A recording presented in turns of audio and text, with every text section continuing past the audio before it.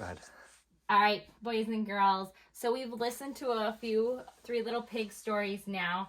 Today you heard your third story. Our third story today was the Three Little Pigs, an architectural tale. So once again, that title is different.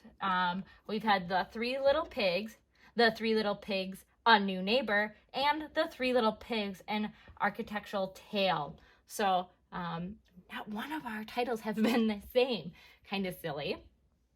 Let's check out the characters in this story. Who can think of one of them that were different? We have a new character that wasn't in this story and wasn't in this story.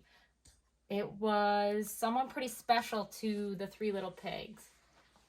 If you said Mother Pig, you would be right. Mother Pig, boys and girls. So there was Mother Pig, the Three Little Pigs, and the evil wolf in this story, the evil wolf.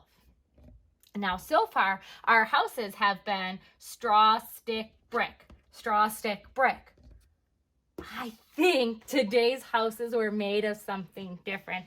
They might be hard to remember because they were different. So our very first one was that kind of goofy one that looked with fence and gates and pieces of everything. And they called that scraps because it was little pieces of this and little pieces of that. So the first piggy's house was made of scraps, which, just like the straw and stick house, didn't work too well for that first piggy. The second house was made of glass. Just like straws and sticks, that house wasn't all that helpful either. But the last little piggy's house had a beautiful house.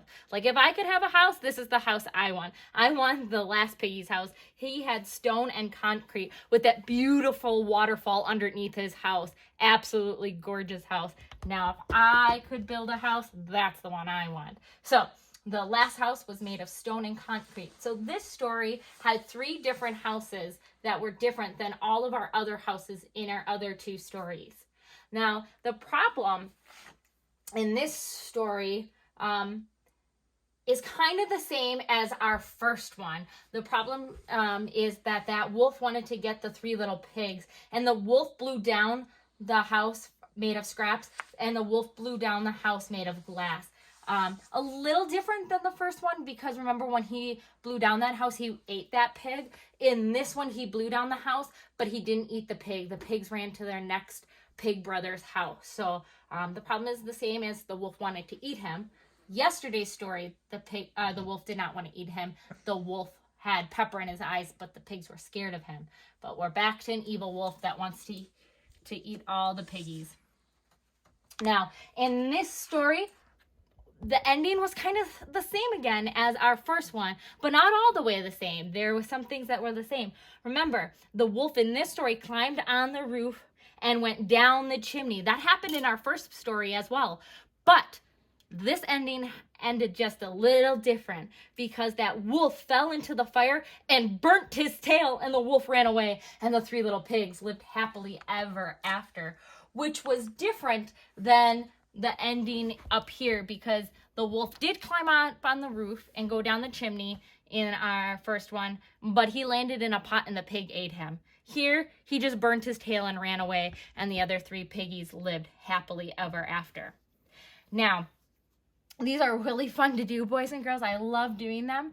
So on Friday, I'll have a special one. We won't add it to here because we won't do any homework on Friday. It'll still be our catch-up day. But tomorrow, what's going to happen is I'm going to give you a 3 little pig story.